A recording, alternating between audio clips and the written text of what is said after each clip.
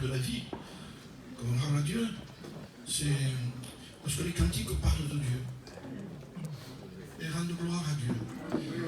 Vous avez remarqué que les cantiques qui parlent de nous sont très charnels et n'apportent rien du tout. Quand on dit ce que nous on fait, je fais ça, je t'aime, il faudrait retenir un peu ça. Que tous les psaumes, tous les cantiques ont un but, c'est adorer Dieu, c'est glorifier Dieu, c'est parler de Dieu. Et à partir de là, l'onction descend. Et nous ressentions déjà, par rapport aux cantiques qui ont été chantés, une onction particulière qui est donnée parce que le peuple adore Dieu. Nous adorons Dieu. Nous adorons non pas une créature, mais le Créateur. Et nous n'avons pas à faire des éloges d'une personne, de qui que ce soit. Il n'y a pas de nom qui sorte ici. Il n'y a qu'un seul nom par lequel nous pouvons être sauvés, c'est le nom de Jésus. Et s'il y a une gloire à apporter, nous l'apportons à Dieu. Très, très, très important. Nous ne sommes que des hommes.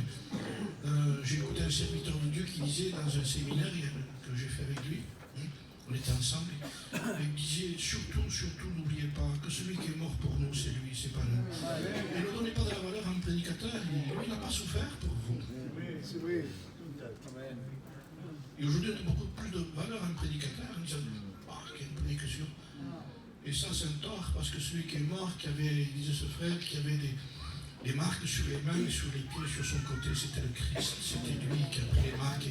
Et il montrait ses mains, ce frère, il disait, il n'y a aucune marque sur mes mains. Regardez mes mains, il disait, je vous prêche, mais il n'y a aucune marque. Et vous voudriez que je prenne la gloire de celui qui a ses marques? Alors, bannissons ça, frères et sœurs. Il n'y a pas de grands hommes chez nous, il y a un grand Dieu qui nous aime et qui est capable de se servir de chacun de nous pour faire son œuvre. Dans les cantiques, dans la prédication, qu'importe le travail que nous pouvons faire, l'important c'est d'être sur la muraille. C'était au temps de Néhémie, ça.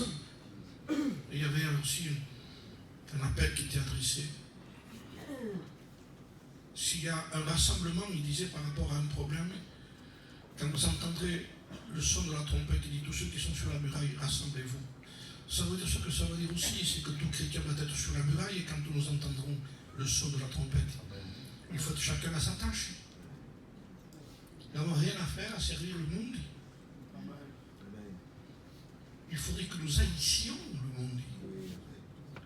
N'aimez point le monde, ni les choses qui sont dans le monde. Si quelqu'un aime le monde, l'amour du Père n'est pas en lui. Comment pourrions-nous chanter sans l'amour du Père? Nous n'avons pas aimé quelque chose qui nous a fait souffrir. Comment pouvons-nous aimer quelque chose qui nous fait du mal? Christ est mort pour nos péchés. Donc à nous de renouveler notre haine. Nous, on veut renouveler notre amour. C'est bien. Mais vous qui aimez l'Éternel, haïssez le mal. Amen. Ça veut dire qu'il ne peut pas y avoir de véritable amour s'il n'y a pas de haine à côté. Donc je crois que le peuple a besoin de demander à Dieu, Seigneur, oui, renouvelle mon amour pour toi, mais renouvelle ma haine aussi. Amen.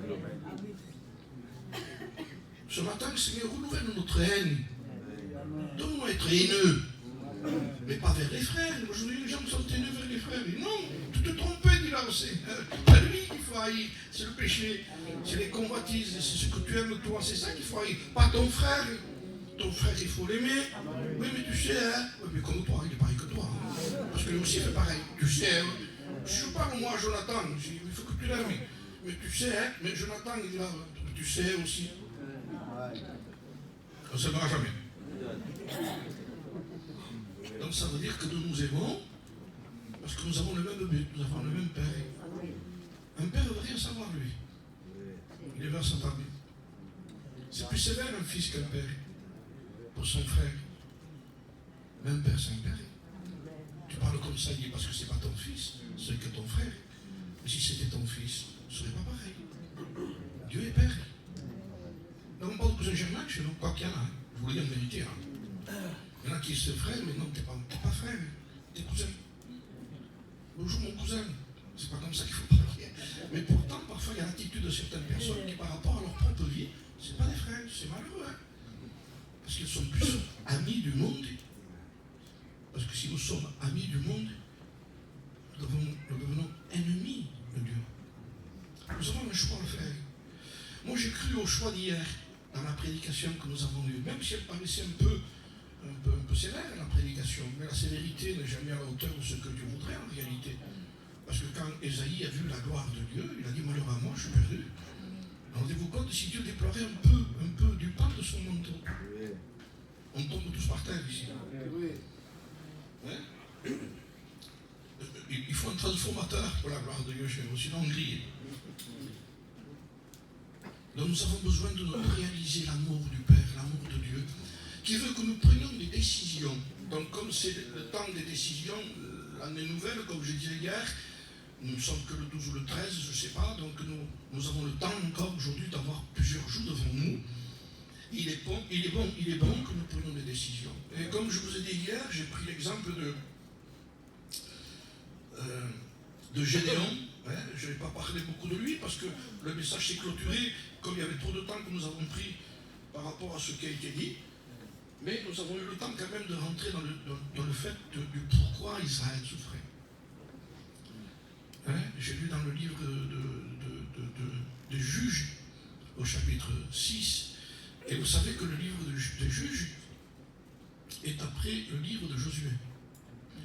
Le livre de Josué est un livre de victoire. Et le livre des Juges est un livre qui ça semblerait pareil, comme si on dirait par exemple, le livre de Josué, c'est l'église qui est décrite de Philadelphie, et vous avez le livre des Juges qui est décrit comme étant l'église de la Odyssée. Ça paraît pareil, vous voyez? Parce que le thème central en réalité qui ressort pendant 3 fois du livre des Juges, c'est qu'il n'y avait pas de roi d'Israël et chacun faisait ce qui lui semblait bon. Ça ne peut pas marcher comme ça.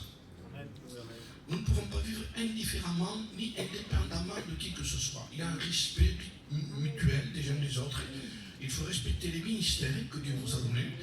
Il y a des responsables, Dieu a permis qu'il y ait des responsables. Mais je vous dis franchement, moi je respecte Tony. Il a été établi, je le respecte. Et je ne ferai rien sans vous demander si je suis d'accord. C'est comme ça.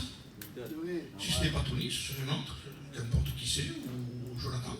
Il y a un respect. Donc nous ne pouvons pas vivre indifféremment. Si vous êtes de quelque point différent de ses pensées, il ne faut pas hésiter à aller trouver un frère, lui dire je ne comprends pas ça ou ça ou ça ou ça, ça se règle. Mais ne restez pas sur vos pensées négatives et n'ayez rien dans votre cœur contre qui que ce soit, ni contre un frère, ni contre une sœur. Ça pourrit l'Église. On ne pourra jamais prospérer dans cet état. Donc nous avons besoin d'être unis dans les choses de Dieu et dans ce que le Seigneur a permis que ce soit fait. Il n'y a pas des hommes qui aient des attitudes qui sont plus élevées, meilleures que les autres. Nous faisons partie d'un corps. Nous sommes un corps. Et dans ce corps, il faut que chacun prenne sa place aussi et que chacun prenne ses responsabilités.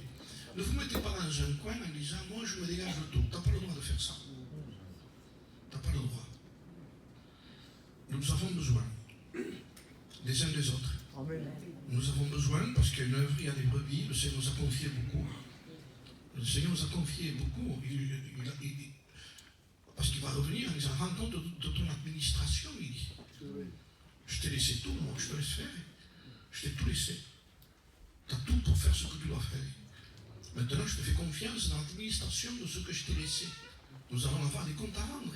Moi et vous. Donc vous comprenez bien que ce n'est pas le rôle d'un prédicateur de prêcher en l'estrade seulement, mais de vivre aussi comme un serviteur de Dieu. Les serviteurs de Dieu, il y a des chrétiens aussi, il y a des diacres, et chacun a sa place dans l'Église. Et si nous faisons ce que Dieu nous demande de faire, c'est suffisant. Ne demandons pas plus, Dieu ne nous demande pas de faire plus. Mais surtout de prendre des décisions aussi, parce que l'ennemi est venu au temps de livre des juges. Vous savez, quand on décrit le livre des juges, et qu'on commence le commencement, il dit qu'au début, il fallait normalement détruire toutes les nations qui étaient autour d'Israël. Et il y a beaucoup de nations qui ont cohabité avec Israël. C'est le livre des juges. Et on dit telle nation, tel peuple habitait avec Israël. Je ne vais pas dans tous les détails parce qu'on n'aurait pas le temps de prêcher tout. Hein? Parce que j'en arrive à un fait vite fait qui m'intéresse le plus moi ce matin. Mais pour vous dire qu'il y a une corruption, parce qu'après on trouve Israël habitait parmi les Cananéens. Ça avait changé de rôle après. C'était plus les nations qui habitaient avec eux, c'était lui qui habitait avec les autres. Vous savez, c'était tellement mélangé qu'on ne savait plus où ils étaient. Il y avait des mariages qui avaient été contactés. Les mariages avec les peuples, il y a Dieu, c'est interdit ça. Tu ne contenteras pas de mariage avec ces gens-là, il dit. Hein. Ne marie pas Israël avec des païens de Canaan, il dit. Tu n'as pas le droit de faire ça. Aujourd'hui, c'est légalisé ça. Comment tu veux qu'on fasse? Non, non, tu maries une chrétienne avec un chrétien, un chrétien avec un chrétien. Manico disait, il faut que ça reste en Israël. C'est bien dit ça. Parce que même si la famille à côté ne sont pas trop, mais il faut qu'au moins les à côté soient des chrétiens aussi. Il se peut que peut-être le petit et la petite ne soient pas chrétiens, mais au moins que ce soit en Israël, que la famille d'à côté soit des chrétiens et que l'autre famille soit des chrétiens. Israël. Vous entendrez toujours parce que les enfants vont pouvoir se convertir. Et vous avez le droit de faire un mariage chrétien aussi.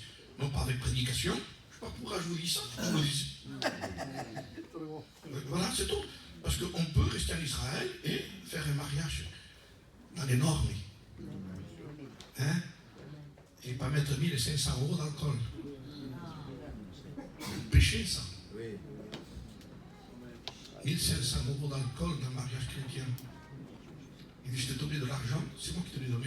Et tu le convertis en liquide. Soit, ce matin, donc, nous sommes réunis pour devenir meilleurs. Mais pour devenir meilleurs, il faut que nous sachions aussi que nous ne sommes pas trop meilleurs. Parce qu'il ne faut pas avoir une pensée trop haute de soi-même. Vous savez, quand on parle de soi-même, on peut avoir une pensée, dans le fond, ça va pas mal. Je prie, je lis, je vais ici, là-bas. Il dit, non, tu n'es pas le meilleur. Non, non, les jambons sont au charcutier. Pas de jambon. Nous sommes des gens qui avons besoin de Dieu tous les jours. Nous avons besoin de prendre des résolutions avec Dieu, je vous le dis en vérité. Si vous ne le faites pas, vous en paierez les conséquences. J'aime mieux vous avertir, parce qu'on ne peut pas servir de maître à la fois. Parce que l'un sera aimé et l'autre haï. Il faut qu'un soit aimé et l'autre haï. Vous aimez Dieu. Amen. Vous aimez Dieu, c'est normal que vous aimez Dieu, vous n'avez rien à faire, sinon ici, allez faire le tour là-bas, à la brocante. Mais on est là parce qu'on aime Dieu. On aime Dieu. C'est tout, c'est pas plus que ça. Même Dieu nous a aimés, nous l'aimons. Maintenant, si nous aimons Dieu, il y a ici le mal. C'est normal. C'est normal aussi. Nous aimons Dieu, et bien il faut aimer les frères aussi. Amen. Vous savez, un prédicateur était venu faire une mission chez nous à l'époque, c'était Titi, c'était le président d'Espagne. Et il avait donné cette image un jour qu'il était en prière. Il était en prière, lui, et il avait communion avec Dieu. Et il avait demandé à Dieu, Seigneur, j'aimerais que tu me prennes dans tes bras et que tu me serres fort. Sa prière était simple, ce qu'il disait, c'était enfantin presque pour un président de demander ça. Et le temps a passé. Et pendant qu'il faisait une mission, il était en mission, donc il faisait une réunion. Bon, vous savez que l'espagnol, il bouge beaucoup. Hein. Le peuple gitan, quand il prêche, hein. Donc il y a beaucoup de transpiration. Ça ne veut pas dire onction, hein. En tout le monde. Voilà. Donc mais il transpirait. Et quelqu'un arrive devant lui pendant la prédication, il se met devant lui comme ça. Et la personne reste comme ça. Et lui, en prêchant, il était gêné un peu. Il dit, est-ce que tu veux quelque chose? Il dit, si, je peux te prendre dans mes bras? Il dit, oui. Donc il descend de l'estrade et lui, il ne tient pas dessus, l'autre le prend dans ses bras, il le serre. Et le Saint-Esprit lui parle. Tu te souviens, Titi, ce que tu m'as demandé? Que je te prenne dans mes bras? Je suis en train de le faire. Vous voyez que c'est un ange qui va venir? Et qu'en partant, vous avez trouvé une plume sur vous.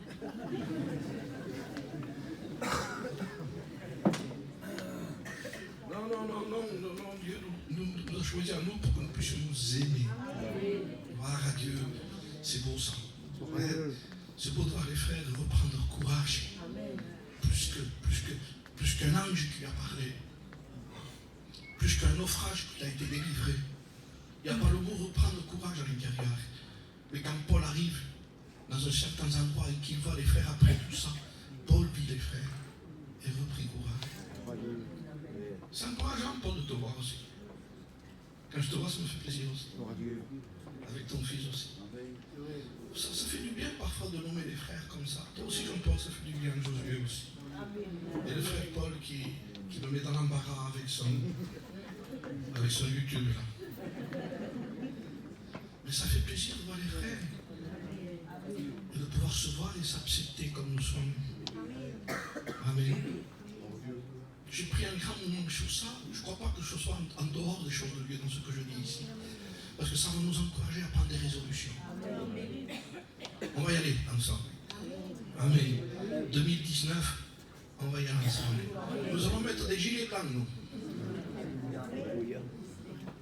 Et on fera partie de l'équipe des vainqueurs. Un seul homme, il s'appelle Gédéon. Un seul homme, chapitre 6.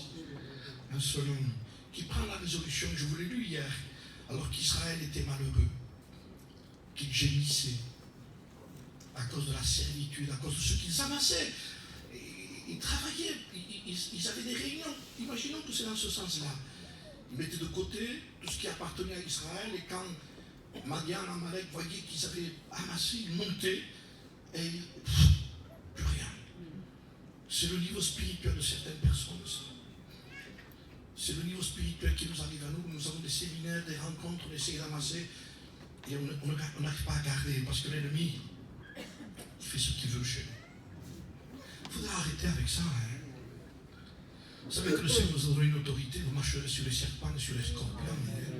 Même un jour, j'avais entendu une prière, il y a très longtemps, c'était ici, hein, je le dis, mais c'est chez moi ici, vous le comprenez bien. Hein. Moi, je ne suis pas de Béziers, moi, je suis ici. Vous le comprenez, il y avait quelqu'un qui disait, Seigneur, tu nous as donné le pouvoir de marcher sur les serpents, sur les scorpions, sur les araignées. Tiens, il y a quelque chose de plus ici. Il y a des araignées en plus. Non, voilà, il faut dire que tout simplement, le Seigneur nous a donné ça avait plus de pouvoir que les autres, quand même. Hein. S'il y avait une araignée d'écraser aussi. Gloire à Dieu pour tout ce que le Seigneur nous a donné d'affaire. Soyez reconnaissants envers Dieu. Il y a du travail à faire, frères et sœurs. Il y a des âmes à sauver. Oui, mais le peuple gitan, mes frères, vous êtes racistes. Moi, on n'est pas plus raciste que le gitan. Il y a des musulmans, il y a des païens. Soyez une église universelle. Soyez une partie de l'église du ciel sur la terre. Il y a beaucoup de frères et de sœurs qui se convertissent. Il y a du temps à gagner, il y a du temps à perdre pour nous. Gédéon a compris qu'il ne fallait pas que le pain d'Israël, que tout ce qui appartenait à Israël, soit livré entre les mains de Madian et Amalek qui montaient furieux. Arrêtez avec le bouclier seulement. Vous avez une épée. Nous avons des armes offensives et défensives. On ne fait que parer les coups. Comme au scaphandre. Mais tu n'as pas une arme en plus. Tu reçois des coups, tu recules. Même si tu les pares, tu ne reçois pas au visage, mais tu perds du terrain. Mais si tu sors l'épée de la parole de Dieu, l'épée des résolutions de la Bible. Amen. Des résolutions, prenez des résolutions, mettez-vous chez vous et prenez des résolutions. Dieu est capable de faire des exploits avec quelqu'un qui ne peut rien faire. De toute façon, il attend justement qu'on n'arrive plus à rien faire pour pouvoir faire quelque chose. Et c'est à ce niveau-là. Après, c'est de l'orgueil. Même il y a une certaine humilité qui ressemble beaucoup à de l'orgueil. Je dirais c'est de l'orgueil, quoi. Et moi, je peux pas, parce que non, t'es un feignant. Pareil. Moi, je peux pas, non, t'es un lâche aussi. Tu veux encore des noms? Je suis pareil, moi. Attendez, moi, je ne vous prêche pas avec une domination en disant, je dis souvent, ce qui me différencie de vous, c'est la hauteur.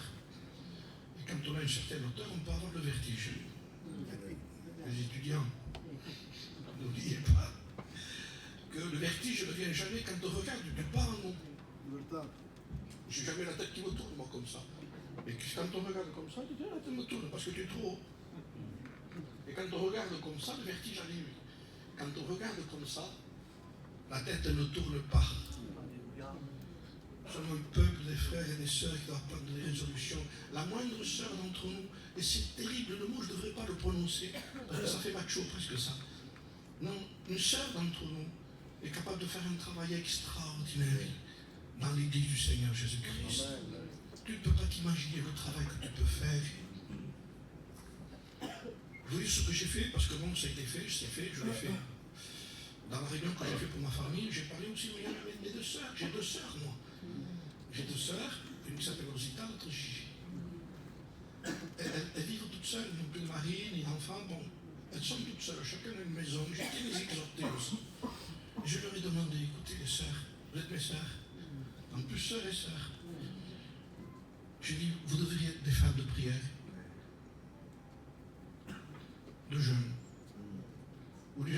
confié des sujets de prière, des prédicateurs vous téléphoner, en sachant qu'à Perpignan, il y a 2 sœurs là qui prient. Elles ne cessent pas de prier. Et si vous avez un sujet, apportez-leur à elles. Vous devriez être ça. Si vous n'avez plus de responsabilité, vous n'avez que ça à faire, faites-le. Ne perdons pas notre temps, frère. Vous avez des sœurs qui ont besoin de faire. Moi, je ne peux pas. Non, non, parce que tu aimes te promener, excusez-moi. On passe plus de temps dans le supermarché qu'à la prière. Vous comprenez bien que ça doit marcher. Je dis, on fait un choix de yaourt. Un choix de yaourt. Quand il faut passer 10 minutes avec Dieu, il ne peut pas. Alors il faut arrêter avec ces excuses qui ne tiennent pas debout. Soyons vrais devant Dieu. Dieu veut nous aider, il n'y a pas de problème. Mais quand il veut que la vérité soit au fond du cœur, nous sommes en train de perdre du temps, beaucoup de temps. Et le diable se frotte les mains en disant, mais t'as raison, t'es pensé. Vous savez ce que dit la Bible? Le précieux trésor de l'homme, c'est l'activité. C'est vrai ou pas? Mais il y en a qui attendent d'avoir un précieux trésor pour être actif. Tu l'auras jamais. Parce que ce n'est pas le texte qui dit ça.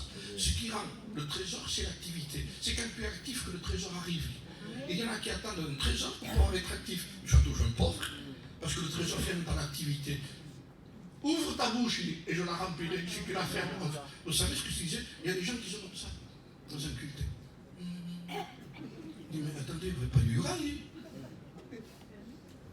Mais moi je pense à Dieu. Mais c'est du yoga, il dit ça. C'est la concentration. Non, il faut prier. Il faut prier. Il faut prier. Vous êtes dans une église, priez. Coupez la prière de l'autre si c'est trop long. Pas tout le temps, pas rien. Et laisse prier les autres. C'est pas un discours. Et ne prêche pas sur ça. Entre parenthèses. C'est pas toute une exhortation. T'enseignes pas ça parce que tu n'es pas ici, mais quand tu pries, mon ami, il y a toute la doctrine. Alors n'enseignez pas les ça. Priez. Je te bénis, je t'aime, Seigneur. Merci pour ton église. Gloire à Dieu, amen, Seigneur. Gédéon a pris des résolutions. Je n'arriverai plus à parler de lui. Excusez-moi, Gédéon. Je parle à l'église, c'est plus vous que Gédéon. C'est pour ça que le Seigneur me sort de lui, il me parle de vous. Mais c'est un exemple dans la Bible. Ces choses ont été écrites pour notre instruction. Tout ce qui est écrit, c'est pour que nous puissions lire.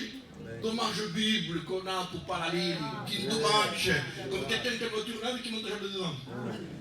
Il part à vélo. Il part avec une voiture toute vieille. Prends ta voiture, ma soeur, mon frère. Prends du bouton et monte les chrétiens dedans pour les amener dans les réunions.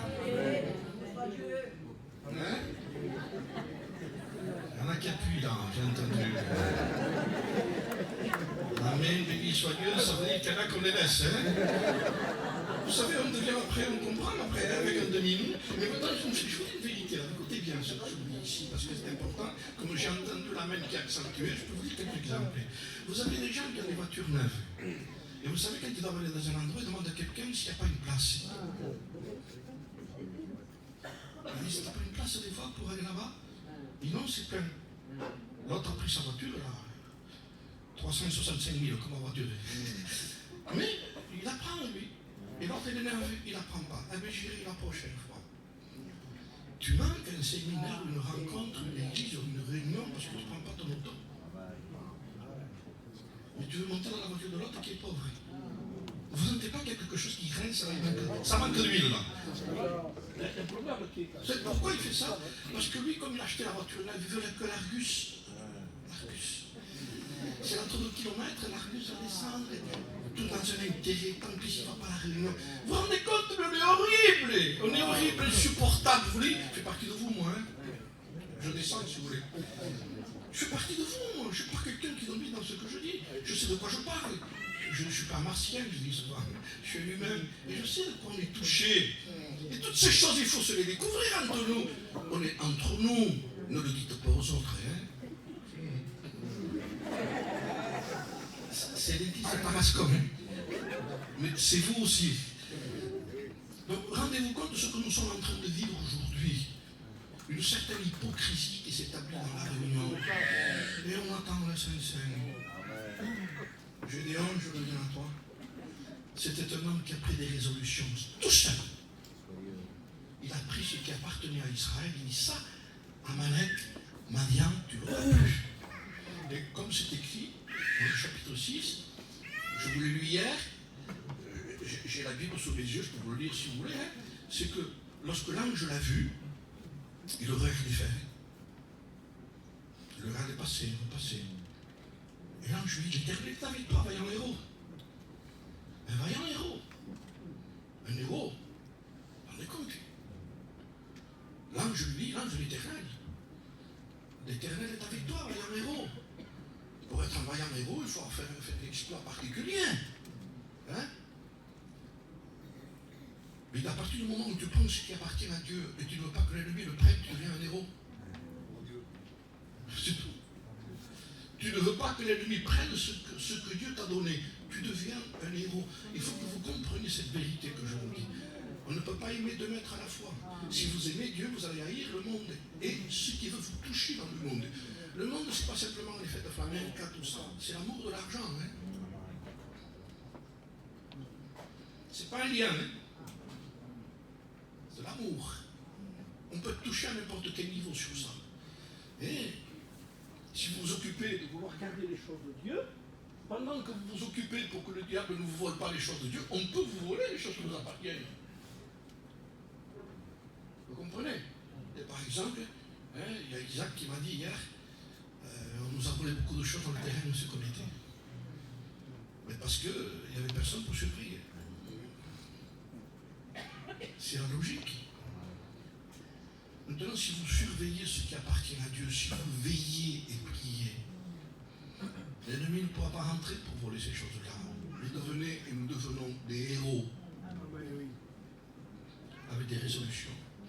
Donc j'en arrive à quelque chose de très important parce que je ne voudrais pas manquer ce que je voudrais vous dire ici ce matin. C'est qu'à un moment donné, donc Gédéon a voulu apporter le réveil chez là où il était. Mais il faut que je sorte des endroits parce que sinon je n'arriverai pas en priorité à ce que je voudrais dire. C'est surtout à ce mot qui est arrivé, c'est que lorsqu'il a vu que Dieu l'appelait au chapitre 6, verset 14, il a conclu, lui, parce que, oui, mais dit, si tu étais avec nous, Seigneur, où sont les prodiges, c'est une réalité, ça, Seigneur. Hein? Quand il y a des choses comme ça, Seigneur, où est tout ce qui s'est passé avant? On s'habitue, nous, à ne pas voir la gloire de Dieu. Et normalement, il faudrait qu'on voit certaines choses se passer chez nous. Et voilà, donc, alors l'ange lui dit, écoutez, va avec la force que tu as. Voilà.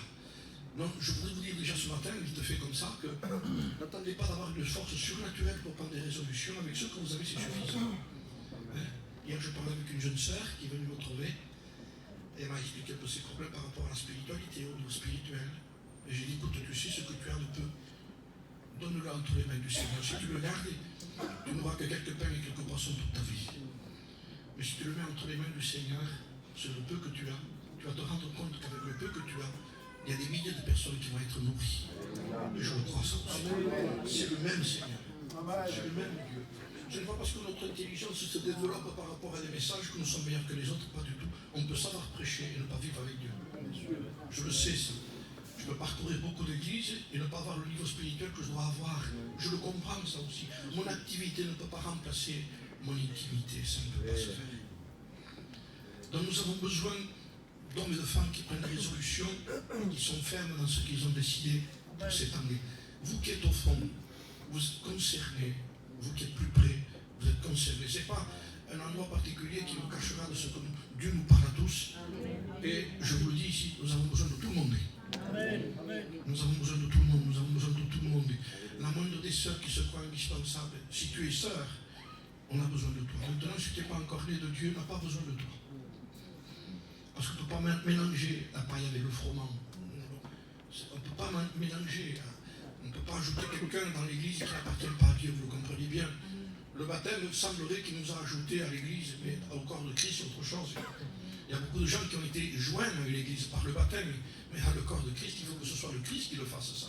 C'est lui qui ajoute à son église ceux qui sont sauvés. Nous nous agitons par rapport au baptême des membres dans l'église où nous sommes, mais il faut que d'abord lui nous ajoute d'abord avant nous. C'est là son église. C'est là que nous devons vivre. Et si nous vivons dans cette église-là, eh bien nous avons des responsabilités. Je crois à une bonne année, tout en ayant un peu la vision obscure de ce qui va arriver. Parce qu'il y a des choses qui arrivent, que la sentinelle voit. Le matin vient, mais la nuit aussi vient.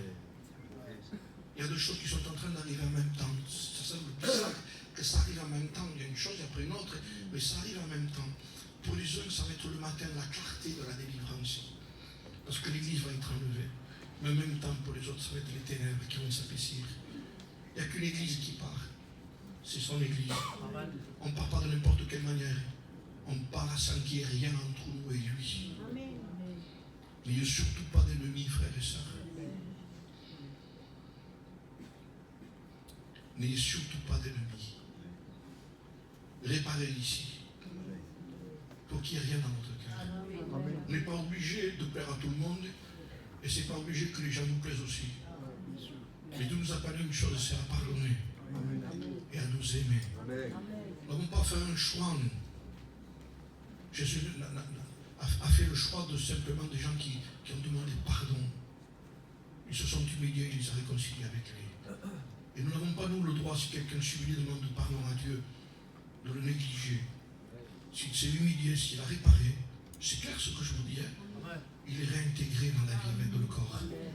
Et nous devons l'aimer. Et qu'il n'y ait rien dans nos cœurs. Amen. Je suis conscient de ce que je vous dis ici. Que si nous avons quelque chose dans notre cœur, de la haine contre qui que ce soit, ne vous attendez pas à être enlevé. Dans le ciel, il n'existe que ceux qui ont aimé, pardonné, et qui se sont fait pardonner aussi. Amen. Amen. Donc nous avons des résolutions à prendre. Va avec la force que tu as. C'est suffisant. Mais avec quoi délivrer Israël, a dit Gédéon. Avec quoi? Donc il cherche un moyen, lui. Mais c'est pas avec quoi, c'est avec qui. Quand on veut faire quelque chose, on cherche quelque chose. Avec quel moyen? Non, c'est pas avec quel moyen. C'est pas avec quelle chose. C'est avec quelle personne. C'est celui qui nous a donné le pouvoir, qui nous a donné des ordres, qui nous a confié le royaume des cieux, qui nous a confié le devoir d'annoncer, de se faire reconnaître. Aimez-vous les uns les autres, c'est à quoi que les gens reconnaîtront que vous êtes bénissimes. Il dit pas chanter ensemble, prier ensemble, prêcher ensemble. Les gens ne reconnaissent pas l'église par rapport à ça. Moi j'ai écouté les curés prêcher, je me suis dit comment il peut trouver ces pensées, c'est pas. Vous comprenez? Ça veut dire que les pensées n'ont pas à voir, mais aimer c'est autre chose. Nous aimer les uns les autres. Gloire à Dieu. Nous aimer tel que nous sommes, c'est délicat, c'est difficile aussi. Hein? Mais pourtant, le Seigneur nous a aimés, il nous aime comme nous sommes aussi. Alors il faut se supporter, il faut s'aimer. Vous savez, la meilleure église, c'est celle que vous vivez avec qui vous vivez. Hein, qui, tu sais, notre travail, le prédicateur, le meilleur, c'est toujours celui qui passe de temps en temps. Il y aura qui l'on va donner. Vous ne connaissez pas. Oui, ça descend de ce que oui. Mais par rapport à tous, on ne se connaît pas tous. Et vous ne connaissez pas toute ma vie. Donc c'est toujours le meilleur, celui qui prêche, qui passe dedans, qui s'en va. Mais celui qui vous aime, celui qui reste. Parce qu'il passe du temps avec vous. Je ne suis pas avec vous quand vous êtes malade, lui. Quand il faut aller à l'hôpital, c'est lui qui est devant. Quand il sait qu'il y a un problème là-bas, c'est lui qui y va. Donc écoutez bien, appréciez celui qui est avec vous ici. Appréciez vos serviteurs. Ne cherchez pas, les amis, comme ils prêchent, c'est pas ça. Pas ça, tout s'occupe de vous. Celui qui va vous chercher, celui qui vous aide, les prédicateurs que vous avez dans la région, et du travail ici. Je vous exhorte, entre parenthèses, occupez-vous de cette région, les frères qui est ici. Vous avez un devoir, vous avez une responsabilité. Il va vous qualifier, Dieu, si vous donnez des brebis. Mais si vous ne les voulez pas encore, comment voulez-vous avoir une qualification pour les brebis? Il vous donnera un rapport de ce que vous gardez. Vous gardez, je vous donnerai ce qu'il faut. Il te donnera la houlette, le bâton, mais tu veux la houlette, le bâton, sans garder de brebis. Comment tu peux avoir une houlette? À quoi ça sert une houlette, un bâton? À quoi ça sert une carte si tu ne peux pas servir le Seigneur? À quoi ça sert une licence de pétanque si tu ne joues pas au roule? À quoi ça sert un clavier de chasse si tu ne peux pas chasser? Il faut ce que tu fasses, fais ce que tu dois faire. Nous avons des âmes à sauver. Nous sommes dans une région d'abondance de gens qui veulent du réunion. Alors il faut leur apporter du pain. Oui, mais je n'ai pas, et je comprends que je n'ai pas non plus. Vous croyez que j'ai du pain? parce que le Seigneur permet que je passe ici. Sinon, quand je suis en bas, c'est tout. Mais quand on s'occupe que le Seigneur nous donne, il nous donne ce qu'il faut. Et Dieu veut donner. Va avec la force que tu as. Et il ne dit pas, essaye de délivrer Israël. Et délivre Israël. Non. Ça, c'est encore nous. Ça s'appuie sur nous. Non, il dit, et délivre Israël. Il y a un choix à se faire. Donc Gédéon, je passe vite, sonne la trompette, il veut un peuple autour de lui, et il cherche à convoquer un peuple. Et Abiezer vient à sa suite. Abiezer veut dire père de secours. Donc c'est quelqu'un qui est envoyé comme étant un père de secours. Et 32 000 personnes, par un seul appel, se joignent à Israël. Alors permettez-moi de vous dire ce que j'ai marqué sur ma Bible à ce sujet. J'ai mis au verset 34 du chapitre 6, appel à la réunion. J'ai mis ça. Gédéon fut revêtu de l'esprit de l'Éternel, il sonna dans la trompette et Abiezer fut convoqué pour marcher à sa suite. 32 000 personnes à la réunion. En un mot. Maintenant, il y a un autre appel. Chapitre 7 et verset 3. Je lis. Quand les gens sont réunis, il y a un autre appel que Dieu veut qu'il soit. C'est celui-ci. Publie donc ceci aux oreilles du peuple, que celui qui est craintif et qui a peur s'en retourne et s'éloigne de la montagne de Galaad. 22 000 hommes parmi le peuple s'en retournèrent et il n'en resta que 10 000. Appel à la réunion, 32 000. Appel à la souffrance, 10 000. Et voilà le problème. Et là, je vous le dis, on est au centre du message. Nous avons cru, nous, que la piété était une chose de gain. Eh bien, nous nous sommes trompés. Carrément trompés. J'ai mis sur ce petit papier, vous voyez, une petite note, parce que je ne voulais pas l'oublier. Et j'avais mis sujet, une piété désintéressée. Il faut que vous sachiez, frères et sœurs, vous vous rappelez que la piété est dans un désintéressement de tout exaucement de Dieu. Vous comprenez? On ne comprend pas. Ah oui. On sert Dieu, non pas pour ce qu'il donne, ni pour ce qu'il fait, mais pour ce qu'il est. Amen. Et c'est là où il va y avoir des déceptions. Parce qu'on dit, Seigneur, je me sanctifie, je prie, je cherche Dieu. Pourquoi? Tu n'as rien compris. Je ne sais pas te rendre des comptes. Tu sers ou tu ne sers pas. Tu peux rester malade toute ta vie, mais le Seigneur guérit. Je sais qu'il guérit, qui est mieux que Paul avait le droit d'être guéri. Nous, quand on a un problème, on se remet en question. Et on dit, Seigneur, on se fait comme quelque chose passe. Et c'est vrai qu'on peut étudier, on dit, j'ai fait quelque chose qu'il ne faut pas. Parce qu'on doute sur notre piété. Pas Paul. Pas l'apôtre Saint Paul, ça a été l'instrument béni de Dieu pour 13 épîtres, pour parler aux églises. 5 ministères, je ne sais même pas si j'en ai un. 5. 9 dons spirituels. En plus, on le met en prison. Justement, il n'y a pas de quoi se questionner. Qu'est-ce que je fais ici? L'église commence, l'œuvre commence, je suis en prison. Mais il dit, réjouissez-vous dans le Seigneur, frère, je le répète. Et il écrit aux Philippiens. Il n'est pas dehors, il n'est pas en train de prêcher avec 4000 personnes, avec des miracles, avec des manifestations particulières. Il n'a jamais cherché ça, lui. Et aujourd'hui, on le cherche, de toute façon. C'est différent. On cherche du succès, on cherche la gloire de Dieu, c'est pas pareil. Toujours comme ça. Et lui, on le met en prison. Il n'y a pas de quoi se questionner. Qu'est-ce que je fais ici? Et il écrit, réjouissez-vous dans le Seigneur, que votre douceur soit connue de tous les hommes.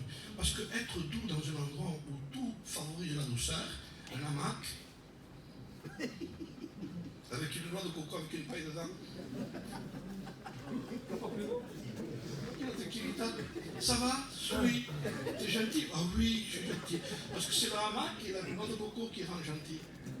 Maintenant, il n'est pas en vacances. Il est en prison. Pourquoi?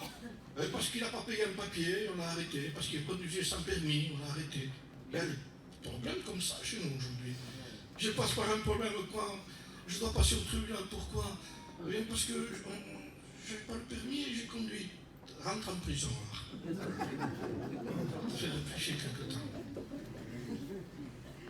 Il y a des sujets de prière que je ne peux pas.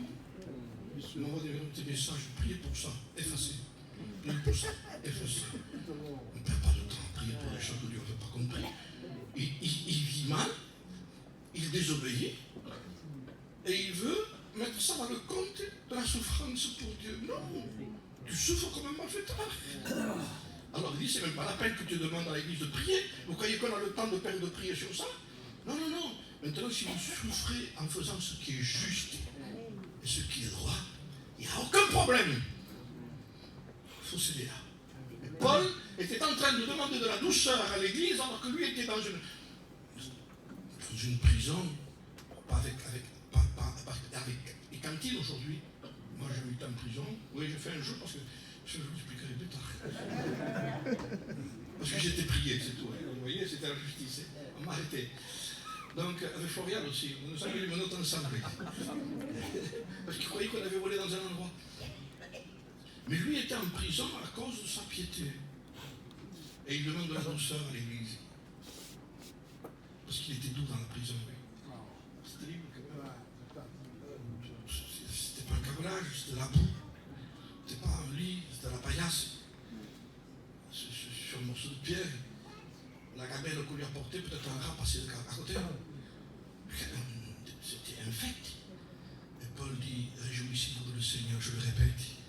Réjouissez-vous que votre douceur soit connue de tous les hommes, le Seigneur est proche. Aucune révolte. Parfois, il a passé 1 an et demi, 2 ans en prison. Mais qu'il a fait 2 ans, je dis, qu'est-ce que je fais là-dedans? Et Paul savait que la piété, et même dans sa maladie, n'est pas une source de cœur. Dieu n'est pas obligé de nous guérir. Il peut le faire, il le fait encore, il guérit, il baptise du Saint-Esprit, il sauve les âmes, son ministère est partout. Mais n'oubliez pas, il y a un passage que je voudrais vous lire en priorité. Et c'est celui-là. Il y a des priorités dans certains passages, parce que quand il a fallu faire le choix, il dit, écoute Jean, je vais en faire le triage, il dit, dans Gédéon. Il fait les descendre. Je vais faire le triage de ceux qui vont partir avec toi au combat. 32 000, il reste 300 000. Mais avec un seul homme qui a pris la décision, Israël était dans le processus de la délivrance. Vous comprenez ça? Ça veut dire qu'un seul qui fait, il prend des décisions. Un seul, là où il est, il bénit l'endroit où il est. Je vous promets que Dieu est capable de sauver au milieu d'un grand nombre qu'on entend dans un petit nombre. Il n'a pas insisté sur les grandes foules, là où 2 ou 3, il dit 2 ou 3, 2, 3 sont là pour mon nom. Moi, je suis au milieu de vous à partir du moment où Jésus est là. Il n'y a pas de problème, tout devient possible. Tout devient possible à celui qui croit que Jésus y est. Sinon, ça ne marche pas. On peut avoir les meilleurs messages, les meilleurs cantiques, la meilleure chorale. Dieu n'a pas besoin de ça. Il a besoin que Dieu puisse descendre au milieu de nous. S'il n'y a pas Dieu chez nous, rien ne se passera. On va rentrer dans un système religieux où jamais il ne se passera rien du tout. Il faut qu'il vienne parmi nous. Et il faut préparer une place, comme a fait David, pour que l'arche vienne. Il faut une place. Le système de David n'était pas bon. Il s'est trompé, David. Il a mis l'arche sur un char neuf. Il a essayé de la transporter dans le système de l'époque qui se passait. Ça se fait comme ça, mais c'était les Philistins qui avaient fait ça. Eux n'auront aucun problème, c'est des païens. Il n'y a rien qui peut leur arriver. Ils peuvent faire des choses n'importe quoi avec Dieu. Ils peuvent prier, chanter, ça ne les dérange pas au diable. Mais quand quelqu'un est chrétien, quand c'est un David, quelqu'un qui appartient à l'église, il doit faire les choses comme Dieu les a fait, comme Dieu les a dit. Et il a voulu faire comme les païens. Et bien voilà, il a eu un problème énorme. Et la façon qu'il faisait, quelle réunion, on aurait dit, il a réuni 30 millions de son peuple, 30 millions, pour faire une allée, certainement, pour que la réunion soit faite. Imaginez les gens qu'il y avait, l'atmosphère qu'il y avait. Qui n'aurait pas voulu une place à ce temps-là? Non, il n'y a pas une place pour moi, voyons. Venez de bonne heure, il va y avoir une réunion avec David. On y va, il va chanter des cantiques, il va transporter l'arche d'un côté de l'autre, on va assister à ça. Vous auriez bien voulu y être, peut-être. Mais d'après les Écritures, il aurait mieux valu ne pas y être. Mais c'est David qui le fait. Si David ne fait pas ce que devait faire la Bible, même si c'est David, il se trompe. Même si quelqu'un a un titre. Mais oui. Maintenant, si c'est un petit qui le fait, attention, il ne faut pas faire ça. Et si c'est quelqu'un qui a une renommée, il peut le faire lui. Parce qu'il a une renommée. Non, lui non plus. Encore moins lui. C'est l'écriture qui nous permet d'être sûrs de ce que nous vivons aujourd'hui. Amen. Il y a trop de choses, n'importe quoi. Le système de David de transporter l'arche dans le système païen. Mais on le voit aujourd'hui dans l'évangélisation, dans la façon de prêcher, dans le style, dans tout. Il y a des réunions particulières. Hein? Je le disais encore, je peux le dire ici. On peut faire un appel tout d'un coup ici pour des réunions, poser les mains pour qu'ils parlent en langue aux gens. Ils sont aussi même pas si des chrétiens. Attention. Je crois au baptême du Saint-Esprit. Avec le message de Pierre. Que faut-il faire, frère, dit le païen? Repentez-vous, convertissez-vous, et soyez baptisés en vue du pardon de vos péchés. Et vous recevrez la promesse. Vous parlerez en langue aussi. J'ai entendu des bêtises énormes. Les gens disent, par exemple, qu'on ne pouvait presque parler en langue sans être né de Dieu. Alors nous rentrons dans une erreur énorme. Mais ça, c'est tellement arrivé, ça. Que par rapport à des gens qui ont... Oh, j'ai dit quelques mots, c'est même pas en parler en langue, c'est l'écrit.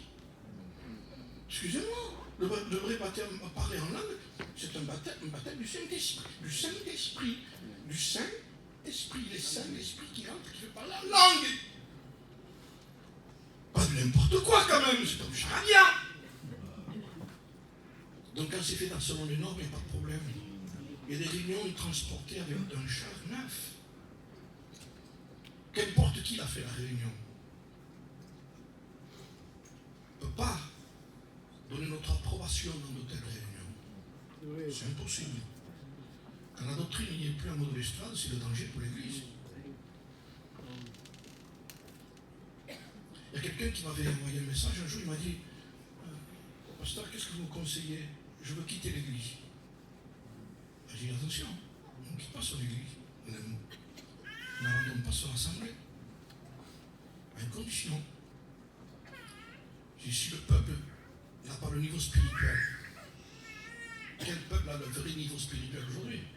Mais si un mot de l'estrade, la vérité est prêchée, et que le pasteur vit la vérité, et qu'il prêche la vérité, ne quittez pas votre Église. C'est à vous de vous soumettre à ce qui est prêché. Sinon, vous cherchez des fausses doctrines après. Vous cherchez un endroit meilleur, plus confortable, parce que la vérité est trop prêchée. C'est le problème en bas, il n'est pas en nous. Maintenant, si à nous, on ne prêche pas la vérité, et on dit n'importe quoi, quittez l'Église. On ne sortira pas, parce que ce qui est prêché n'est pas bon. Donc c'est clair. Donc je n'exhorte pas le peuple à quitter l'Église. On va changer le pasteur. On est obligé de rentrer dans des détails, mais c'est obligé de rentrer dans des détails. Parce que la prédication nous amène à ça, parce que nous vivons ces temps-là. Alors, si David aurait gagné sa place, il faut lui dire changer David. Pourquoi? Parce que David insiste avec un char neuf. Tu ne veux pas arrêter? Oui ou non? Tu n'as pas reçu ça, toi? Alors David comprend, parce que la colère de Dieu vient. Hein? Donc il y a un problème énorme. Quand on veut obéir à Dieu, c'est un domaine de souffrance. Quand on veut obéir à Dieu, ne vous attendez pas à vous réjouir. Quand on veut se soumettre à Dieu, il va y avoir des problèmes et des difficultés dans notre esprit. La piété, je vous répéterai, n'est pas une source de gain. Alors, je vais vous lire en particulier un texte qui me tient très à cœur aussi. C'est que dans les temps que nous vivons, nous pourrons nous tromper carrément, mais ce n'est pas ça. C'est dans l'Épître aux Romains. Écoutez bien ce que dit l'apôtre Saint Paul. On ne va pas tarder, hein? Je vais vous lire ça et... Romains.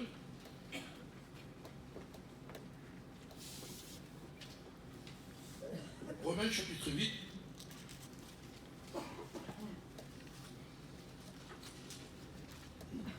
Voilà. Et verset 35. J'ai parlé de ce texte à plusieurs endroits parce que c'est le début de l'année. Il faut que nous comprenions une grande vérité de l'Évangile qui va nous préserver de toute incompréhension. Écoutez ce que dit Paul. Et vous allez comprendre que ça il y a quelque chose qui appartient à Dieu et quelque chose qui appartient à nous dans ce qui va être dit. Qui nous séparera de l'amour de Christ? Donc il fait une liste de choses, Paul. Serait-ce la tribulation, l'angoisse, la persécution, ou la faim, ou la nudité, ou le péril, ou l'épée, selon ce qui est écrit? C'est à cause de toi qu'on nous met, c'est à cause de toi qu'on nous met, pas toujours dans les problèmes, mais qu'on nous met à mort tout le jour. C'est pas le cas chez nous, hein. Quand nous sommes regardés comme des brebis destinées à la boucherie, voilà comment nous sommes regardés par rapport à l'ennemi et au monde. Mais dans toutes ces choses, nous sommes plus que vainqueurs. Amen. Je sens amen quand ça touche à ces textes-là quand même. Hein, mais moi aussi je parle que vous, hein, on aime les bonnes choses. Mais il y a un texte avec un contexte. Il y en a qui ont le texte sans le contexte. Le contexte nous dit ce qu'est le texte. Voilà ce qui est en bas, il faut prendre ce qui est en haut. Mais dans toutes ces choses, nous sommes plus que vainqueurs. Par celui qui nous a aimés. Car j'ai l'assurance que ni la mort, ni la vie, ni les anges, ni les autorités, ni les choses présentes, ni les choses à venir, ni 2019 que nous ne connaissons pas, ni les puissances, ni la hauteur, ni la profondeur, ni aucune créature ne pourra nous séparer de l'amour de Dieu manifesté en Jésus-Christ. Écoutez bien, celui d'en bas de texte concerne Jésus-Christ par sa promesse par rapport à nous. Il dit, je vous promets, moi, Jésus, que rien ne séparera de vous. Mais je vous l'ai dit, ça va avec le contexte, parce que le contexte d'amour ne concerne pas Jésus, ça concerne nous. Quand il dit qui nous séparera de l'amour de Christ, il s'adresse à nous. Et Paul s'adresse comme étant aussi de ceux qui fait partie de nous. Après, il parle de Jésus, que lui, personne ne nous séparera. Mais là, il parle de nous. Et qu'est-ce qu'il dit de nous? Non, il dit la tribulation, non, ça ne nous séparera pas de Dieu. Il parle de nous. Mais c'est à nous de répondre. Amen. La tribulation, mais attendez, on va passer par la tribulation. Je vous l'ai dit hier. Nous, on place l'Église dans le contexte où on vit ici. Et il y a l'Église qui vit ailleurs. Et que si vous leur parlez dans la réunion, si eux vivent la tribulation, et si vous leur dites à côté, on passe par là, ils vous diront, moi, ils viennent de tuer mon fils à cause de l'Évangile. Et moi, parce que j'ai accepté Jésus-Christ, j'ai pris 10 ans de prison.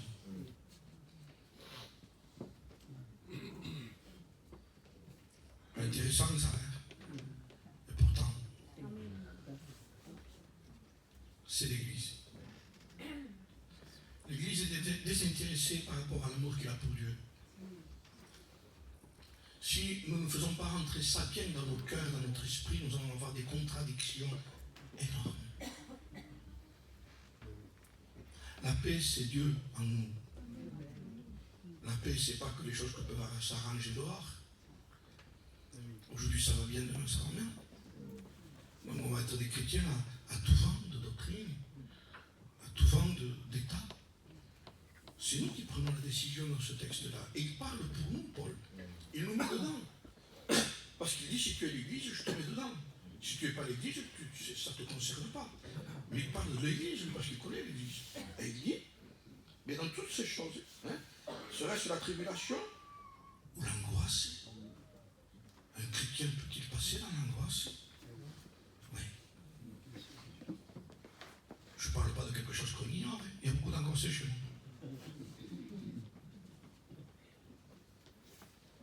Maintenant, nous faisons la différence carrément. Ce dont parle Paul est quelque chose qui n'est pas fait et qui ne reçoit pas par rapport à quelque chose de mal. Peut-être angoissé parce que nous avons fait quelque chose qui ne valait pas. C'est normal qu'on soit angoissé. Donc là, on se reprend, on demande pardon à Dieu. Mais ici, il faut dire une chose. Dans toutes ces choses, l'angoisse, le tourment, vous n'avez pas besoin de vous repentir. Ne vous sentez pas accusé? Parce que parfois, il faut que je me repente. On ne t'a pas dû repentir ici. Tu as fait un choix. Donc, ton angoisse, ce n'est pas un sujet qu'il faut que je me repente. Non, sinon, tu es angoissé parce que tu as décidé de réaliser qu'il n'y a personne qui peut te séparer de l'amour de Christ. Et que même si l'angoisse arrive, parce que Dieu nous laisse dans un corps qui permet qu'il y ait toujours de la faiblesse pour que nous puissions le chercher toujours. Parce que si nous aurions un corps qui serait satisfait par rapport à son attitude de prière, on ne prierait plus. Parce que déjà, en ayant des problèmes, on ne prie pas. Rendez-vous compte si on n'aurait pas de problème. Moi, jamais pu lui parler. C'est fini. Mais Dieu nous laisse dans cet état de faiblesse. Parce que c'est dans notre faiblesse que lui manifeste sa force. Il a dit à Paul. Et il se glorifie dans une faiblesse. Nous, on croit qu'il faut être très fort pour demander quelque chose à Dieu. Il peut y avoir des bons moments dans la vie. Et on se sent bien. C'est vrai, il y a des moments où tout va bien. Ça va, la famille va bien, ça rentre un peu. Hein? Donc, tout va bien. Et on a une santé spirituelle qui peut nous faire prier à Dieu avec un langage un peu fort. Je te loue, Seigneur, je te remercie pour le moment, pour le passage. C'est vrai. Et parfois, c'est pas pareil. Ça ne marche pas. Ça va pas. Ça va pas. Je continue à la réunion. Ça va pas. Ça va pas. Maintenant, écoutez bien, si c'est par piété que nous ne voulons pas lâcher la main de Dieu, Dieu est avec vous, frères et sœurs. C'est le désir que vous avez de ne pas lâcher. Il est avec vous. Il est avec nous. Il ne nous lâchera pas. Il ne nous laissera pas tomber. À une condition que ce soit dans la piété que nous le faisons. Parce qu'on ne veut pas attrister Dieu. On n'est pas des lâcheurs. Maintenant, ce que nous demandons à Dieu, écoutez bien l'image que je vous donne. Je suis en très bonne santé, je veux un boulanger, moi. Et avec ma santé, je me sens bien, je dis une baguette, s'il vous plaît. Bien, hein? C'est normal. Mais après, je peux avoir de la fièvre. Lendemain, moi, j'ai 40 de fièvre. Je tousse, j'ai une petite voix, je n'arrive pas à respirer. Mal. Mais je vais quand même au boulanger. La voix n'est pas la même. L'attitude pourrait rentrer, mais pas la même. Je suis fiévreux, je suis malade. Et je demande avec ma voix simple au boulanger, monsieur, s'il vous plaît, baguette. Il vous donne une baguette. Et quand vous étiez bien avec une voix très forte, il vous donne une baguette. C'est la même baguette. Que vous adressiez à Dieu quand vous vous sentez fort, c'est la même baguette. Et quand vous vous sentez très faible, avec de la fièvre, 40, de fièvre, des problèmes, des difficultés, que vous allez au boulanger quand même, vous, que vous allez à Dieu, il vous donne la même baguette. Ce n'est pas une question d'attitude, de foi. C'est une question où vous allez. Et que mes fidèles, il vous le donnera la baguette. Vous n'avez pas peur. Il vous donnera le pain que nous avons besoin. Moi, j'ai toujours cru que par rapport à mon état, Dieu ne le savait pas. Par rapport à ma faiblesse, c'est comme ça. Mais écoutez bien la différence qu'il y a. Je l'ai dit un jour, faible, c'est la part de toute l'Église. Comme disait Paul. Mais pas léger, pas léger. Quand quelqu'un dit je suis faible, il parle du péché, c'est que donc tu t'es trompé, c'est pas ça. Moi, je parle de la faiblesse qui consiste à s'éloigner du mal et qui continue à persévérer et qui ne veut pas pécher. Amen. Et qui ne veut pas passer des compromis. Amen. Et qui ne veut pas des choses fausses. Et qui ne veut pas, oui, mais si tu ferais ça, tu finirais ton mois tranquille. Il dit non, je ne peux pas signer ça, je ne peux pas faire ça, je ne peux pas faire ça, je ne peux pas faire ça. Je suis un chrétien, moi. Ne pleurez pas en disant, comme certains disent, tu vas au mariage, papa Yann. Je ne peux pas, moi. Je ne peux pas pour te pleurer. Sois heureux, moi je ne vais pas, je suis un chrétien, c'est tout. Maintenant, si tu pleures comme ça, vas-y. Tu portes une tristesse aux gens. Les gens de ta vie sont empêchés de tous les chrétiens. Nous, les pauvres, n'allez pas là-dedans. Hein. Parce que quand il faut faire quelque chose pour le monde, ils souffrent aussi. Ah non, frère et sœur. Nous portons une fausse image. Non, il n'y va pas, j'y vais pas, il n'y va pas. Il y a des choses que nous ne fait pas parce qu'il ne fait pas, parce qu'il ne veut pas, parce que nous sommes partenaires à Dieu. Et nous sommes fiers de ressembler à notre Père. Nous sommes fiers. C'est ça. Et là vient le problème de la souffrance, que vous le vouliez ou pas. De l'incompréhension, de la fidélité qui n'est pas une source de gain. Paul parlera même d'une fausse doctrine. Je vous lis avec vous? Allez, je le dis. Timothée. Si quelqu'un enseigne, chapitre 6 de 1 Timothée, et au verset 3, si quelqu'un enseigne de fausses doctrines Et il parle de fausses doctrines. Il ne s'attache pas aux saines paroles de notre Seigneur Jésus-Christ. Et à la doctrine qui est selon la piété. C'est la vraie doctrine, selon la piété. Il est enflé d'orgueil. Il ne sait rien, alors qu'on croit que lui, il a une connaissance à 3 étages. Il a la maladie des questions oiseuses, des disputes de mots, d'où naissent l'envie, les querelles, les calomnies, les mauvais soupçons, les vaines discussions d'hommes corrompus d'entendement, privés de la vérité, et croyants. Et là, il y a l'attestation de ce qui dit Paul, que la piété est une source de gain. Alors, écoutez ce que dit Paul, c'est en effet une grande source de gain. Hein, c'est 1 Timothée chapitre 6 et verset 3. Maintenant, je suis au verset 6. C'est en effet une grande source de gain que la piété avec le contentement. Tu es heureux? Pourquoi? Oui, parce que je suis bien. Parce que je marche avec Dieu. Et je suis heureux comme je suis. Je vous dis une chose, frères et sœurs. Un mot qui vient à mon esprit d'un texte de Paul. Simple et net. Frère, dit Paul, ne vous plaignez pas. Je crois que ce mot doit retentir, même s'il est simple, mais doit retentir dans nos cœurs, parce qu'il n'y a pas de sujet de se plaindre dans le pays où on vit. On a tout. Nous avons un local. Il n'y a pas de local. Dans son église, à lui, de souffrance. Il n'y a pas de local. On n'arrive plus à prêcher sans micro. Elle marche à son nom. Il n'y a pas de son nom. Il n'y a pas YouTube. Il n'y a pas des micros. Il n'y a rien. Il n'y a même pas de chaise dans certains endroits. Et si vous voyez l'église pieuse qui est, l'église qui avance. On a prévu, nous, après la réunion, vers midi, de mettre des tables pour manger ensemble. C'est une agape, on appelle ça, un repas de frères et de sœurs. Maintenant, eux, ils n'ont pas de chaise ni de table, ni de manger pour la ramener. Ils sont en train de louer Dieu. Ils adorent Dieu. J'ai vu des choses qui m'ont marqué, qui m'ont touché, qui m'ont bouleversé. Des chrétiens avec des larmes qui coulaient comme ça de leur visage. Et celui qui filmait disait il y a 2 heures qu'ils sont en train de prier déjà. 2 heures debout en train d'adorer. Adorer avec des larmes. Le visage ruisselant de larmes. Vous avez le temps qu'il faut maintenant pour qu'une larme coule de nos yeux. Dites-moi entre vous et moi, est-ce qu'on pleure souvent? On pleure quand on nous fait du mal. Mais est-ce qu'on a pleuré quand on a fait du mal? On pleure plus facilement si ta femme ment. Parce que me fait, Seigneur. Et quand toi tu l'as fait, tu pleures. Je te crois qu'elle pourra. Ne vous sentez pas alourdi ni écrasé. Dieu est en train de vouloir nous dire certaines choses par rapport à l'année que nous allons vivre.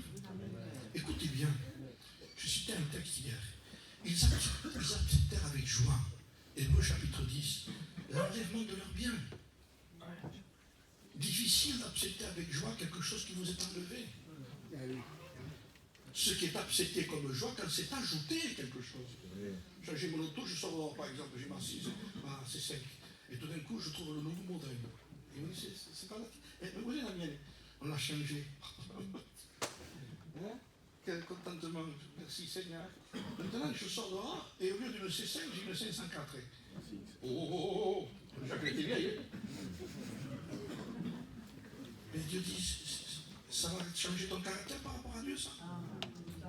Ça y est, tu es malheureux, tu te plains. Il y a un problème. Le problème, mais l'Église, Seigneur, a promis que, écoutez bien, hein, ce que dit Paul, je reviens dans les Romains, il dit bien, lui, dans tout ce que nous concevons par rapport au christianisme, il dit, serait-ce la tribulation? Il dit ça, pour toi, impossible, ça ne sort pas de... Qui nous séparera, il dit, hein? Qui nous séparera? À nous.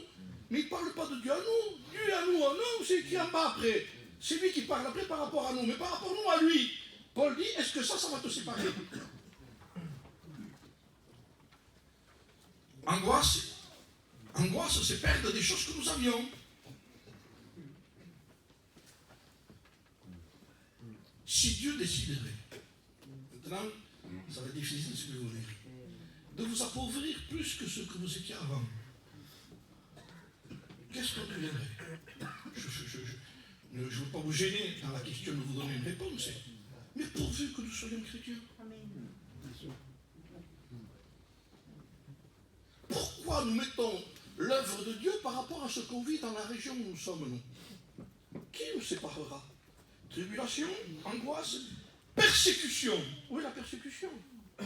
Dites-moi, entre moi et vous, où est la persécution? Où est la persécution? Qu'est-ce que nous appelons persécution? C'est peut-être ce qu'il ne faut pas manger. Parce que tu vas avoir du cholestérol. Triglycérides, diabète. C'est la persécution. Je ne mange pas, moi. Je ne peux pas persécuter, frère. Seigneur, que Dieu nous pardonne de mettre ça dans la persécution. Alors que des frères, écoutez bien, Paul s'est trouvé dans des cas à des jeunes multipliés, avoir faim, avoir froid, avoir soif. Mais logiquement, on dit, mais Seigneur, mais tu as dit, mais qui plus que Paul aurait pu dire, Seigneur, pourquoi j'ai froid? Je suis ton serviteur. Pourquoi j'ai faim? C'est parce que je n'ai rien à manger. Seigneur, il n'y a rien à manger. Et je me sers dans le compte, attendez, il n'y a rien à manger. Je jeûne.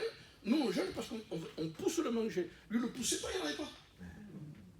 Mais attends, normalement, c'est écrit que notre pain quotidien.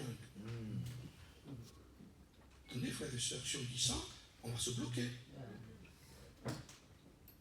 Donne-nous notre pain quotidien. Et nous, on a mis au côté du pain, steak, frites, salade. Mais tant mieux, vous l'avez, on ne va pas le jeter par terre. On n'est pas des fanatiques. Mais il se peut qu'un jour Dieu retire ça. On est tellement habitué à la table abondante. On est tellement habitué à jeter du manger à la poubelle. On est tellement habitué à pas faire. Je vous le dis parce que je suis avec vous, moi. On vit dans un état de tristesse. Je suis sûr que le ciel est triste. Je suis sûr. Quand il voit que c'est Massanagalats, trop régalé, et qu'encore on entend, Seigneur, tu vois les problèmes que je passe. Tu sais que je passe par des mauvais moments. Mais quel mauvais moment! Ne me l'explique pas, frère. Chacun a ses mauvais moments. Heureusement que nous en avons quelques-uns, Jean-Paul. Sinon, qu'est-ce qu'on ferait dans notre vie? Heureusement qu'il y en a quelques-uns. Sinon, quel serait le sujet d'aller à la réunion? Est-ce que vous comprenez? Mais quand nous sommes dépouillés de tout et qui reste, est-ce d'une manière désintéressée que Job te sert? La bouche de Satan, c'est ça. Il sait de quoi il parle, lui. Il veut faire du mal à Job, il veut faire du mal à Dieu. Et il met le maximum parce qu'il se présente devant Dieu. Maintenant que je suis devant toi, je vais t'en dire une. Il a profité parce qu'on n'a jamais pu te présenter. Et qu'est-ce qu'il lui dit?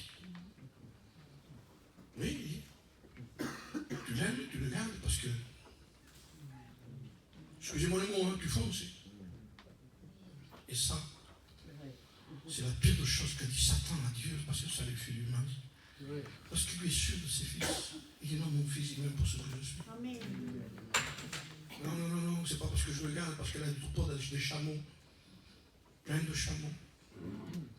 Plein de chameaux. Il y a d'autres chameaux. Tu les mettras. Alors il a tout touché. Il ne restait plus rien. Maudit Dieu. Celle qui lui restait, le conseiller en plus. La conseillère à côté. Maudit Dieu est mort. Il dit quoi? Tu parles à l'insensé. Écoutez, c'est chaud, hein? Mais c'est des modèles de souffrance. Nous ne sommes pas des chats. Moi, je ne vous dis pas d'être un martyr qui, comme je disais, vous avez une chaise, vous asseyez dessus. Ce n'est pas le martyr, c'est un parterre, c'est des déséquilibres, ça. Mais si un jour Dieu vous enlève la chaise, on va tomber dans la dépression. Si Dieu nous enlève la table que nous avons, on va tomber dans la dépression. Et si Dieu maintenant dit, maintenant le terrain que tu as, c'est fini. Hein? Fini, toi, le terrain. Je vais essayer de m'arranger pour que le terrain, là, tu ne pourras plus le payer. Et comment je ferai sans terrain? J'aimerai le Seigneur ton Dieu toujours. Il ne faut pas que ceux qui nous entourent favorisent la piété. Sinon, le diable sait que nous sommes dans une manière intéressée. Nous ne pouvons pas attendre le Seigneur à n'importe quel endroit, dans n'importe quelle situation. Je disais dernièrement, quand on va dans une gare ou dans l'aéroport, on appelle ça des terminales dans un endroit. Où on arrive à un endroit pour prendre l'avion. C'est le terminal, c'est le dernier avion qui vous amène là où vous devez partir. Je vais à une gare, à un aéroport, et quand on dit par exemple, où c'est que j'attends? passes un avion, tu vas te dedans. Ah, comment ça? Et c'est le christianisme qui s'est vu aujourd'hui. Tu as l'église, qu'importe dans la situation où tu l'attends n'importe quelle situation, il vient te chercher. Il y a des endroits où il vient chercher son église. Il ne prend pas son église à n'importe quel endroit. Il y a un endroit, il faut l'attendre. Comme moi, si je voulais dire de Paris, je voulais aller à Béziers, il a fallu que je me renseigne où était le train qui arrivait de Béziers. Et j'étais au bord, j'attendais là. Je me disais, c'est pas là. Je serais parti de suite. Je ne vais pas prendre n'importe quel train. Tu as une gare, qu'importe Dieu est amour. Non. Il y a un endroit où on va entendre Jésus. C'est un terminal. C'est un endroit, c'est là. Béziers, c'est là. Paris, Béziers. La terre et le ciel, c'est là. Quel endroit? Eh bien, l'endroit de la souffrance, l'endroit du renoncement. Le terminal de l'endroit où on attend le Seigneur, c'est cet endroit. Même si tu ne passes pas par la souffrance, mais tu es décidé là à ne pas lâcher Dieu, quoi qu'il arrive. Merci pour ce que tu me donnes, Seigneur. Et merci aussi ce qui peut troubler ma vie. Seigneur, sanctifie-moi, garde-moi, bénis-moi. Oui, je vais te bénir en enlevant des choses parce que les choses que tu as sont en train de t'enlever la bénédiction. Vous accepteriez ça? J'accepterai ça. Est-ce que c'est ma prière, ça, bénis-moi? On est tellement habitué aux choses aujourd'hui qu'on ne croit pas qu'on pourrait rentrer en prison. Rendez-vous compte? C'est moi en prison, on fait une pétition sur Vie Lumière. Priez pour moi. J'en peux plus. Pourquoi? Parce qu'il y a 3 jours que je suis dans une prison, 3 jours. Et je cantine, oui, je cantine. J'ai la télé aussi. C'est une pratique spirituelle. Alors on a tout mélangé. Frères et sœurs, je vous lis ce que je vous lis. Je suis concerné dans ce que je vous lis. Serait-ce la persécution, les angoisses, ou la faim, ou la nudité, ou le péril, ou l'épée? L'épée, c'est la mort. La faim, c'est la faim. Mais l'épée, c'est mourir. Pas l'attendre. Mourir pour l'évangile. Attendez. Ça existe, ça? Oui. Mais oui. Déjà, à partir de leur conversion, les gens dans certains pays sont conscients qu'ils vont mourir pour Jésus. Fini. Ils ont livré leur vie. Ils ont donné leur vie. Je disais dernièrement, on a pointé un jeune homme avec un revolver. T'es chrétien? Oui. Bon, tu es. Il dit, j'ai peur, monsieur, avant qu'on lui dise. Mais je ne peux pas nier, je suis un chrétien.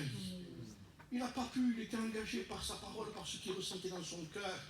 Sa conscience, comme disait Luther, est prisonnière de la parole de Dieu. Amen. Elle est prisonnière de rien du tout. Aujourd'hui, la conscience, elle va partout, n'importe où, elle s'équilibre, elle se rééquilibre. Elle fait ce qu'elle veut, le Saint-Esprit n'est plus. Alors ça, si, mais c'est votre équilibré. Hein. Non! Non, frère, je suis avec vous. Non, j'arrête. Parce qu'après, je risque de crier tout plus. Et ce sera moi qui va crier. Alors j'arrête sur ce domaine-là. Frères et sœurs, nous sommes des privilégiés de connaître l'Évangile, mais la véritable Église ne concerne pas simplement que nous ici. Ce sont des frères qui souffrent. Des frères qui n'ont rien. Serait-ce la fin? Vous savez, quand il y a eu le réveil en mission, il y a des frères qui partaient en mission en laissant leurs enfants et leurs femmes sans un sou. Ça a été les pionniers, les héros de la mission, nous sommes aussi. Il y a des héros encore aujourd'hui, je vous le dis. Je peux citer les noms. Hein? Il y a des frères qui partent en mission avec leurs enfants qui passent des mois, avec des jeunes qui ont 17 ans, 18 ans, qui n'ont plus de copains là-bas. Hein? Mais ils partent quand même. Hein? C'est la souffrance de la famille, tout le monde. Mais ils partent. Donc il y a des héros, il y en a. Je les connais, moi. Les frères à respecter dans la mission, qu'aime le Seigneur. Et que si la mission existe aujourd'hui, c'est parce qu'il y a des hommes qui disaient on part quand même. Comptez pas, partez. Et avant de partir, comment on fait, disaient leurs femmes? Le Seigneur s'arrangera, il pourra. Et partez. J'ai entendu des sœurs, écoutez bien ce qu'elles ont fait.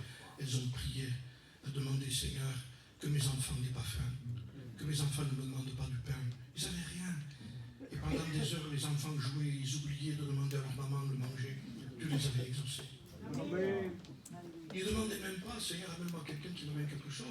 Il dit, pourvu que mes enfants n'aient pas faim. La faim. La nudité.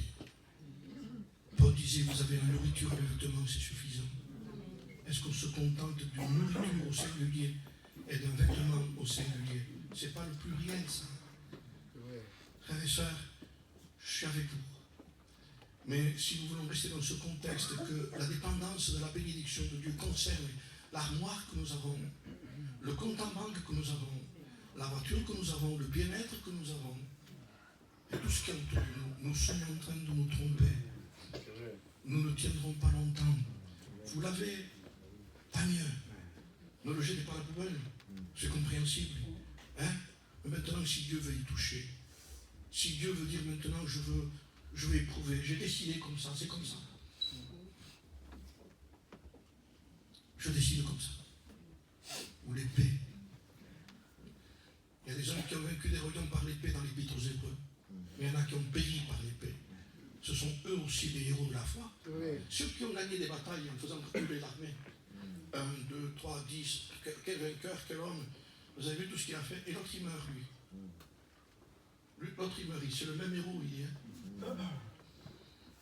Parce que pour Dieu, il n'y a pas de différence entre quelqu'un qui remporte des victoires et quelqu'un qui meurt. C'est pour le Seigneur. Nous ne nous plaignons pas, frère. Merci Seigneur pour le pays où nous habitons. Merci pour la région que nous avons. Merci pour les frères que nous avons autour de nous. Et je vous le dis, la meilleure église, ce n'est pas les autres chrétiens qui sont à côté de chez vous, ce sont ceux qui vivent avec vous. Parce qu'ils vous connaissent. Ils vous supportent. Ils supportent votre caractère aussi. Ils vous supportent à moi. Votre façon de rentrer, parfois, qu'on n'a pas envie de parler à personne. Ça arrive, ça aussi. Il y a des moments où on a envie de passer, on est bien disposé. Brac, brac. Alors, là, ça va, un jour, on se met, et tout d'un coup, on n'a plus envie de parler. Alors, on fait la gueule. Excusez-moi, le gars, attendez, excusez-moi, Seigneur. On lui dit tout le monde, il est bien. On fait la figure à tout le monde. Pourquoi me faire la carrière? Pourquoi tu fais la carrière? Pas rendez compte, et Dieu nous supporte. Il dit le chrétien qui est à côté là, celui qui vient d'arriver, il passe. Ça va, sœur? Elle est remplie d'amour, cette sœur. Tu ne la connais pas? Elle repart chez elle. Si tu resterais une temps avec elle, tu ne la supporterais pas. Et elle ne te supporterait pas non plus. Mais vous vivez ensemble. Et ce qui prouve que c'est une église, c'est que vous vivez ensemble. Et avec un caractère différent, il y a des années que ça durait. Alors que Dieu vous bénisse. On continue. Merci Seigneur. Merci de continuer, de persévérer, de gagner des âmes. Seigneur, et merci pour le choix que tu veux que nous fassions dans notre cœur, c'est personnel. Qu'il peut arriver que cette année, ça va être une année de privation, où tout va se resserrer autour de nous. Mais Seigneur, qui nous séparera de l'amour de Dieu? Qui? Pour nous, Seigneur, nous voulons te le dire comme Paul disait par rapport à nous, mais après tu nous dis que rien ne peut nous séparer de l'amour de Christ. Après, c'est lui qui agit. Et que rien au monde, aucune puissance, aucun esprit, aucun démon, personne, rien ne peut nous séparer de l'amour de Dieu manifesté en Jésus-Christ. Merci Seigneur. Gloire à Dieu.